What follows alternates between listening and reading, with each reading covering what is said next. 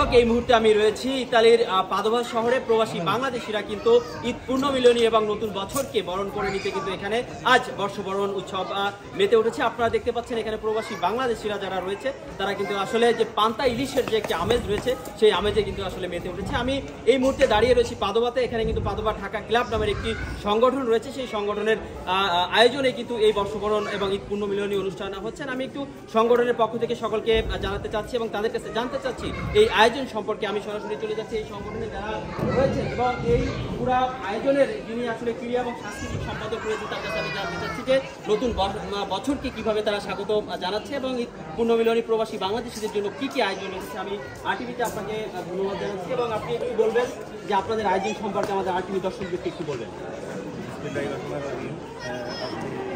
Dhaka club কর্তৃক আয়োজিত এই পূর্ণমিলনী এবং আমাদের বৈশাখী মেলায় আমরা অনেক আনন্দ নিয়ে আসার জন্য চেষ্টা করলাম।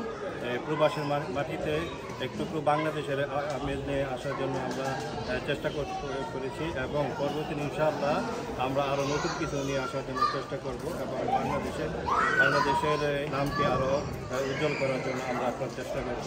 ইনশাআল্লাহ সবাই ভালো থাকবেন। ধন্যবাদ আপনাকে। প্রিয় দর্শক, এখানে প্রবাসী বাংলাদেশিদের সাথে কিন্তু ইতালিয়ানরা কিন্তু দাওয়াত করেছিল। এখানে কিন্তু ইতালিয়ানরা কিন্তু অনেক উপস্থিতি ছিল। তারা কিন্তু এখানে প্রবাসীদের প্রত্যেকটা অনুষ্ঠানে কিন্তু তারা স্বস্ফূর্তভাবে অংশগ্রহণ করে এবং বাংলাদেশি কালচারকে কিন্তু তারা আনন্দ উপভোগ করে। আমি একটু জানতে চাচ্ছি সবার কাছে যে কেমন লাগছে এবং সব কিছু মিলে আপনাদের আয়োজন সম্পর্কে আমাদের আরটিভি দর্শকদেরকে একটু বলবেন। ধন্যবাদ। প্রথমে ঢাকা ক্লাব পাদোভা ইতালির পক্ষ থেকে সমস্ত পৃথিবীর বাংলা ভাষাভাষী সবাইকে আমার এই প্রাণ ঢালা শুভেচ্ছা, নববর্ষের এবং ঈদ পূর্ণমিলনীর শুভেচ্ছা।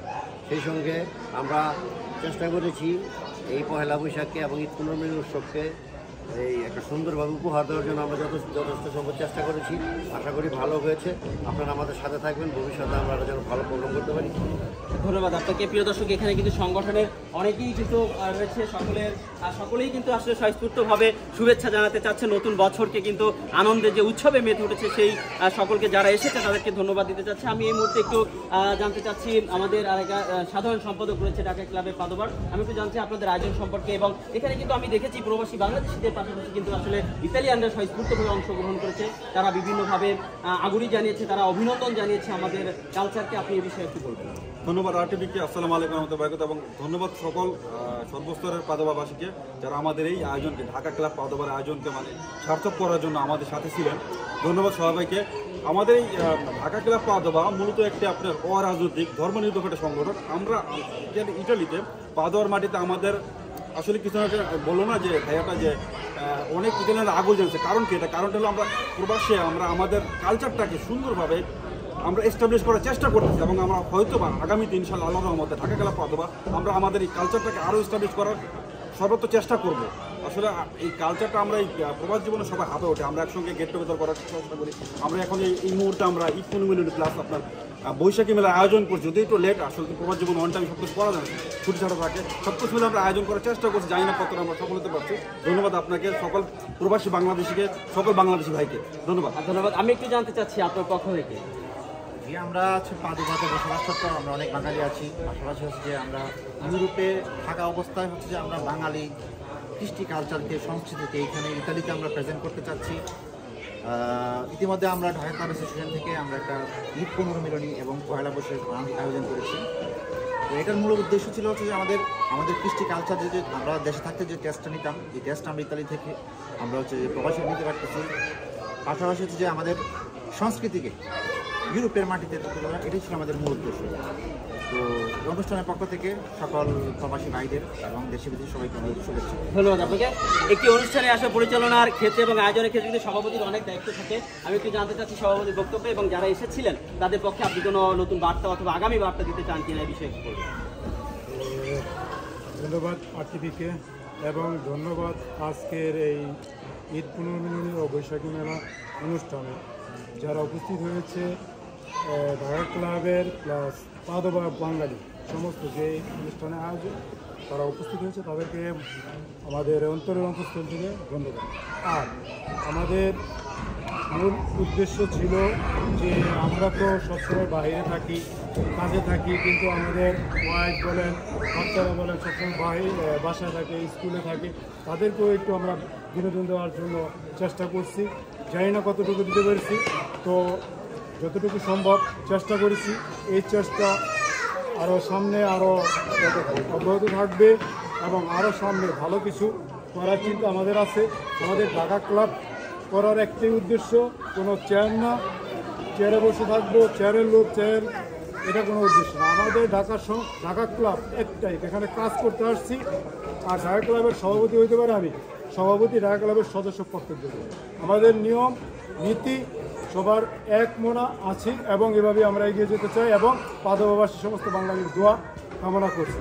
ধন্যবাদ সবাইকে, ধন্যবাদ আরটিভিকে। আসসালামু আলাইকুম। ধন্যবাদ। প্রিয় দর্শক, এতক্ষণ শুনলেন সংগঠনের নেতৃবৃন্দের কথা। এখন একটু আমরা বাহিরের পরিবেশটা দেখব, যারা আসলে এই বর্ষবরণকে উপভোগ করার জন্য এসেছে এবং এখানে যারা এই অনুষ্ঠানকে সফল করার জন্য এসেছে। আমি একটু দর্শক এই মুহূর্তে আমি আমার এক আপু সেই লাল সাদা শাড়ি, বৈশাখের যে আমেজের শাড়ি পরে এখানে উপস্থিত হয়েছেন। আমি একটু জানতে চাচ্ছি আপু, আপনি এখানে অনেক সুন্দর করে সেজেছেন, যদিও আসলে বৈশাখ চলে গিয়েছে, কিন্তু প্রবাসের জীবনে কিন্তু আসলে আমাদের এই দিনগুলো যখন আমরা ছুটি পেয়ে থাকি তখন কিন্তু আমাদের উৎসবগুলো আমরা আনন্দে মেতে উঠি। এরই ধারাবাহিকতা আজ এখানে কিন্তু আসলে রবিবার রয়েছে, বন্ধের দিন রয়েছে, তাই কিন্তু এখানে ঢাকা ক্লাব কিন্তু আসলে বর্ষবরণ এবং ঈদ পুণ্যমিলনী অনুষ্ঠান আয়োজন করেছেন। আমি একটু আপনার কাছে জানতে চাচ্ছি আপনার কেমন লাগছে এবং আপনি যে এই অনুষ্ঠানকে সফল করার জন্য এখানে এসেছেন, প্রবাসে থেকেও কিন্তু আসলে ব্যস্ততার মাঝেও এই দিনটিতে উদযাপন করছেন, এই বিষয়ে আমাদেরকে আরটিভি দর্শক যারা রয়েছে তাদেরকে একটু বলবেন।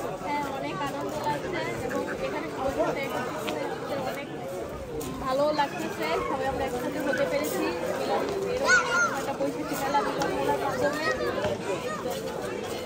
পরিবার নিয়ে এখানে এসেছেন? এখানে আমার ছেলে মেয়ে হাজবেন্ড সহ সবাই আমরা এখানে পরিবার সহ একত্রিত করেছি, অনেক ভালো লাগছে। এখানে অনেক ভাবিরাও আছে, সবাই আমরা একসাথে হয়েছি। ধন্যবাদ ঢাকা কমিটি থেকে যে এরকম একটা আয়োজন করার জন্য। ধন্যবাদ আপনাকে। প্রিয় দর্শক, শুনছিলেন আপুর কথা। আমি একটু এখন এখানে কিন্তু আসলে বাংলাদেশের মেলায় যে স্টলগুলো দেখা যায়, এখানে কিন্তু নানা ধরনের স্টল চলেছে, আপনারা দেখতে পাচ্ছেন। আমি একটু আপনাদেরকে স্টলে নিয়ে যাচ্ছি যে এখানে কিন্তু আসলে পান্তা ইলিশের যে স্টল রয়েছে, আমি সরাসরি আপনাদেরকে সেই পান্তা ইলিশের স্টলে নিয়ে যাচ্ছি এবং এখানে কিন্তু আসলে নানা ধরনের আয়োজন রয়েছে, নানা ধরনের পিঠাপুলি রয়েছে। আমি চলে যাচ্ছি। এই যে আপুরা সুন্দর সুন্দর মিষ্টি এখানে, এছাড়াও কিন্তু পান্তা ইলিশ রয়েছে। আমি কি জানতে চাচ্ছি আপুদের কাছে। আপু, আমরা আরটিভিতে আপনাদেরকে স্বাগত জানাচ্ছি। নতুন বছরকে আপনারা সাধারণ গ্রহণ করার জন্য যে উৎসবে মেতে উঠেছেন, আরটিভির পক্ষ থেকে আরটিভি দর্শক যারা রয়েছে তাদের উদ্দেশ্যে প্রবাসী থেকে আপনারা এই সুন্দর একটি আয়োজন করেছেন, এই বিষয়ে আমাদের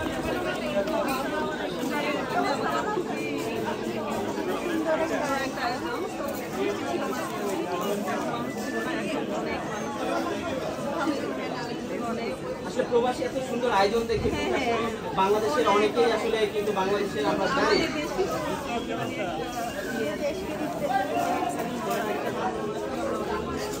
ধন্যবাদ আপনাকে, আরটিভির পক্ষ থেকে আপনাকে শুভেচ্ছা জানাচ্ছি। প্রিয় দর্শক, এখানে কিন্তু আরো অনেক স্টল রয়েছে। আমি সরাসরি এখানে কিন্তু আপনার কি পান্তা ইলিশের স্টল রয়েছে, আমি সেই স্টলে আপনাকে